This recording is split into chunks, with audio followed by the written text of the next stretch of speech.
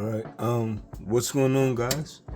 It's Sejuan L coming at you here with a small cooking tutorial, but this is my chickpeas.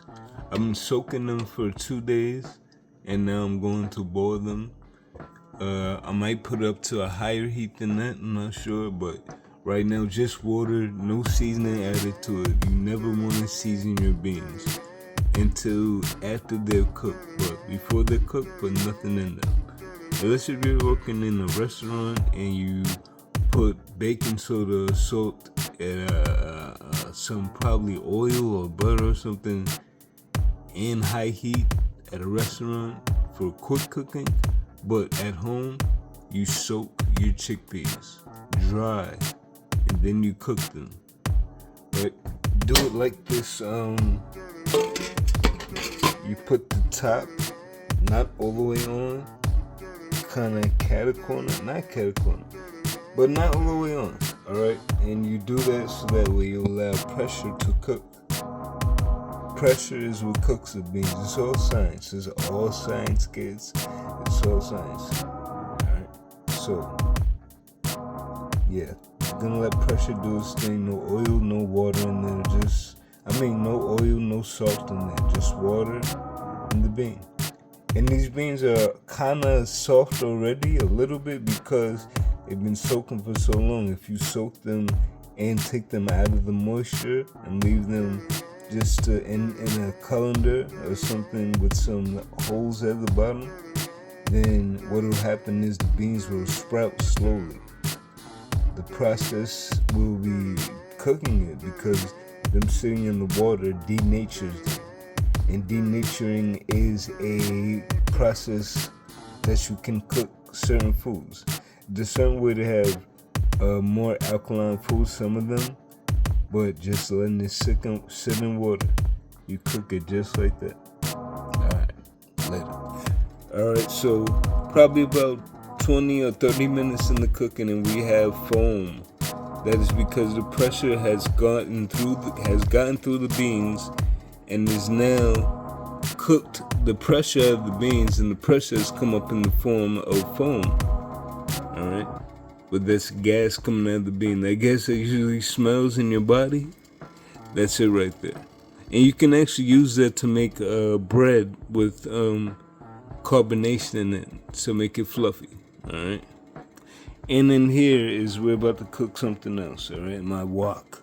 I love this is a volcano plate, something they said, but it's from Japan, allegedly. That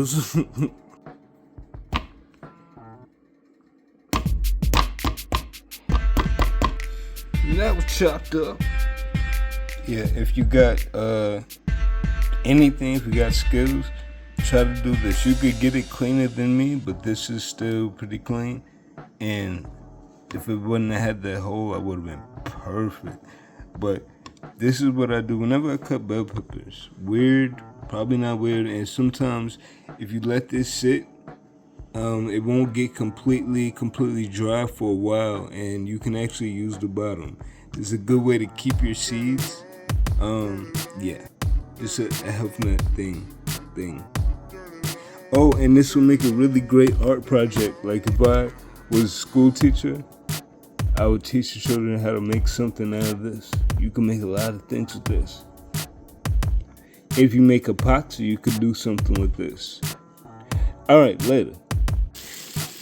P.S. This is how you cook beans without them having so much pressure. So when they cook, they won't be tough because of the way that the pot is allowed to steam off. I'm gonna stop because I'm cooking this. And I'm holding the camera over this. It's a little dangerous. This is a big wok. You see the side of that thing? Big wok. Alright, I'll be back. Alright, always remember, food is science. And now we see this exhibition of pressure. Okay, do you see how much the water has gone down? Because of the pressure in the beans, the way it's going, the way water works. Kind of the same way rain works on Earth with the ocean. Alright? It's gotta go somewhere. This is a Beyond Burger. Don't worry, this is not meat. Beyond Burgers are better than Impossible Burgers from my say. because Beyond Burgers uses real vegetables, and they call it meat glue, but meat glue, what it really is dried up fruits, no, dried up vegetables made into a powder, and then when you add the right amount of oil and water to that powder, it can become like a glue, which is how we get Beyond Burgers. I love them, because then they have no heme. They have no heme. This is 100% plant-based, alright?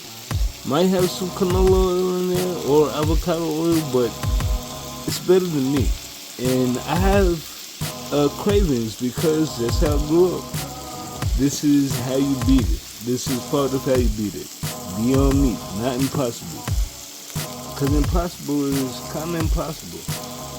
And heme, since they say they don't use soy, they use heme. Heme is a byproduct of soy. If it's a byproduct, you can't get it without having soy firstly. So that Impossible Burger, I believe, is soy. This is no soy, for real. For real, for real. Let this be your last example of how pressure works, alright? You say you can see the bean? You can see the beans. There's no water on top of them, just bubbles coming out of the center. Where do you think the pressure has gone? Alright? I'm going to let it go down some more and keep that top so that way the pressure allows the beans to be soft and not mushy, but tasty and not overcooked and not tough, because the pressure is being allowed to release. And this is going to be really, really good. I'm hooking it up. I'll give you more wok science later, but the reason why the wok is the best for me when it comes to cooking is because of flavor. Alright? I just did the last thing that I'm going to do in this pot for right now, which is put some liquid in it. A little bit of water, a little bit of avocado oil. And what you're allowing to do after stirring the pan around, the wok, after stirring it around, you're allowing the flavor to go to the bottom and getting all the excess flavor from around the wok. That is why you add moisture to it. I gotta go because I'm cooking.